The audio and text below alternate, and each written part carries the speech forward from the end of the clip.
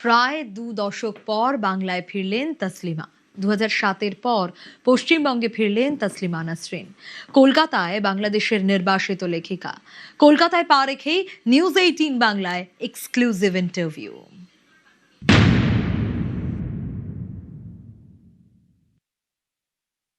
আঠেরো বছর কেটে গেছে। 18 বছর পর ঘরে ফেরা আমাদের সবার প্রিয় তাসলিমা নাসরিনের। আমি এবং আমার সহকর্মী সুদীপ্ত প্রথম কথা বলে যখন আমরা এই খবরটা পাই, আমাদের কাছে অনেক বড় পাওয়া। তাসলিমা দি এসে পৌঁছেছে। দিদি, আজকে আমাদের কাছে অনেক বড় পাওয়া। আপনার ফিরে আসা কেমন লাগছে? আমার তো খুবই ভালো লাগছে। এটা বিশ্বাসই করতে পারছি না যে আমি এখন কলকাতায়। কারণ যখন 2007 সালে আমাকে বের করে দেওয়া হয়েছিল, আমি ভেবেছিলাম প্রথম দিকে যদি হয়তো সম্ভব হবে। কলকাতা প্রগতিশীল মানুষের শহর, নিশ্চয়ই আমি ফিরে যেতে পারবো। কিন্তু তারপর যত বছর গেছে আমার মনে হয়েছে না, আমি হয়তো আর কোনোদিন ফিরে যেতে পারবো না। তবে Osman Mallick secular trust, secular mission অর্গানাইজেশনের একজন, উনি আমাকে ইনভাইট করেছেন এবং তিনি ব্যবস্থা করেছেন সরকারের কাছে বলে যে আমার জন্য সিকিউরিটির নিরাপত্তার ব্যবস্থা তো হয়ে গেল। মন ভেঙে গেছিল তখন, একটা প্রগতিশীল সরকার নাকি তখন ছিল 2007-এ। হ্যাঁ, তখন তো মন ভেঙেছিল, বিশ্বাস করতে পারিনি। বাংলাদেশের ব্যাপারটা বিশ্বাস করা যায় যে ওখানে প্রচুর মৌলবাদী যারা আমার ফাঁসি চেয়েছিল, আমাকে দেশ থেকে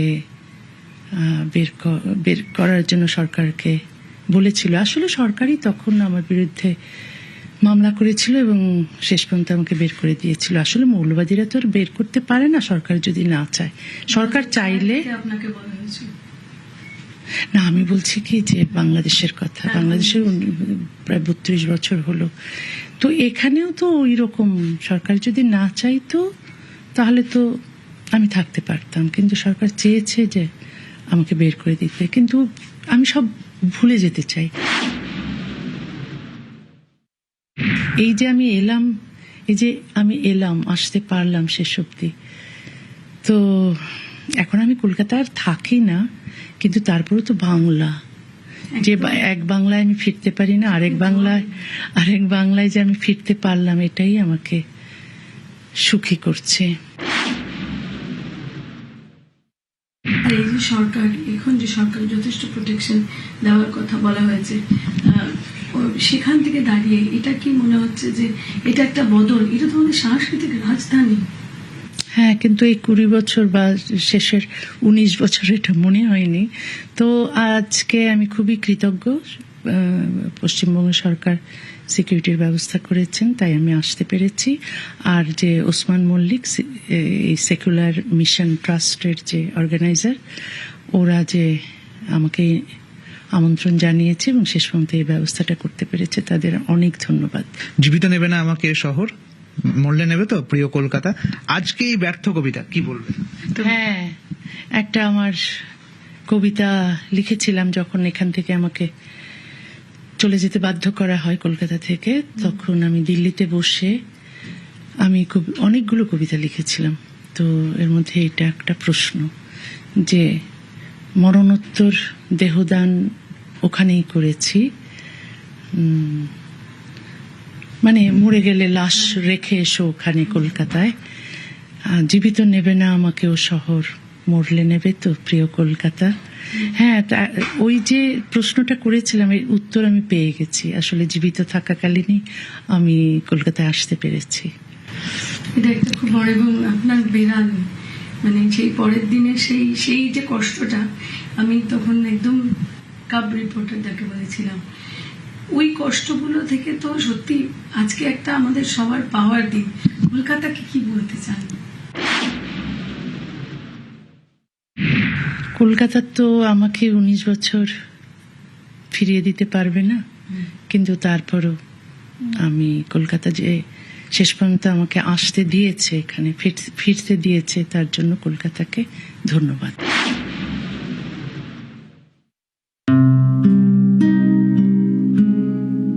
জীবিত নেবে না আমাকে ও শহর, মরলে নেবে তো প্রিয় কলকাতা। জীবিত থাকাকালীনই আমি কলকাতায় আসতে পেরেছি।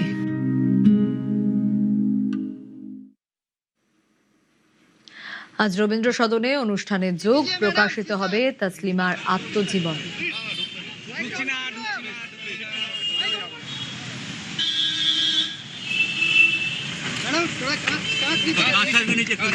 शीशा नीचे कीजिए मैडम, शीशा।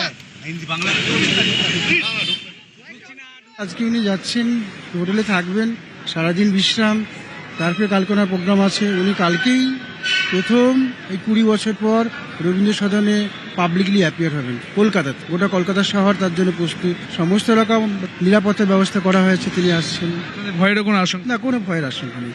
এটা আনন্দের দিন, প্রিয় লেখক লেখিকা আসছেন। উনি মোটামুটি এখন 3-4 দিন থাকছেন, খুবই শর্ট ভিজিট, তারপর উনি ফিরে যাবেন। আমন্ত্রণপত্র 10,000-এর মতো চাহিদা ছিল, আমরা 1100 জনকে আমন্ত্রণপত্র ইস্যু করতে পেরেছি। বিপুল সংখ্যক লোক বাইরে রয়েছে যাদেরকে আমন্ত্রণপত্র ইস্যু করতে পারেনি। এটা আক্ষেপ থেকে গেল। কলকাতায় ফিরলেন তসলিমা, কি বলছেন শীর্ষেন্দু মুখোপাধ্যায়? কেন 20 বছর লাগলো কলকাতায় আসতে তাও জানি না। এর আগেই তাকে আনা যেত কলকাতায়, আমি মেনে নিতে পারিনি। আমার একটা ভেতরে অসন্তোষ ছিল। তখনকার সরকার ভয় পেয়েছিলেন এখানে দাঙ্গা লেগে যেতে পারে বা তসলিমার নিরাপত্তা বিঘ্নিত হতে পারে, এরকম একটা ধারণা ছিল। সেটা আমার মনে হয়নি। আমার মনে হয় নিরাপত্তা দেওয়া যেত এবং তাকে রাখা যেত এখানে। তো তৎকালীন বুদ্ধিজীবীরা সেরকম সোচ্চার হননি। তো সে এসছে, তাকে স্বাগত জানাই। তার যদি ইচ্ছে হয় কলকাতায় থাকতে, তাহলে আমি অনুরোধ করব সরকারকে যে তার একটা এখানে যদি স্থায়ী বসবাসের ঠিকানা করে দেওয়া যায়, তাহলে বোধহয় সে খুশি হবে। তসলিমা ফিরলেন, আক্ষেপ পাঁচুর। পুরনো সম্পর্কে স্মৃতি রোমন্থন পাঁচু রায়ের। দক্ষিণ দমদমের প্রাক্তন চেয়ারম্যান পাঁচু রায়।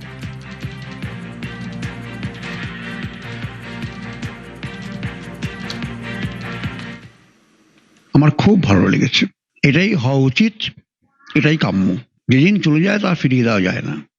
আমার বন্ধু ছিলেন, মানে এটা বলা ঠিক নয়, কেননা উনি যে উচ্চতায় এখন আছেন আর আমি যেখানে আছি বলা ঔদ্ধত্য, কিন্তু আমার খুব ভালো বন্ধু ছিলেন। আমি গর্বিত খুব, আমার খুব ভালো লাগছে। কলকাতায় তসলিমা, এটা শুধু আমার কাছে আনন্দের নয়, কলকাতার কাছেও আনন্দের, তসলিমার কাছেও আনন্দের। তসলিমা কলকাতাকে ভালোবাসে, কলকাতাও তসলিমাকে ভালোবাসে।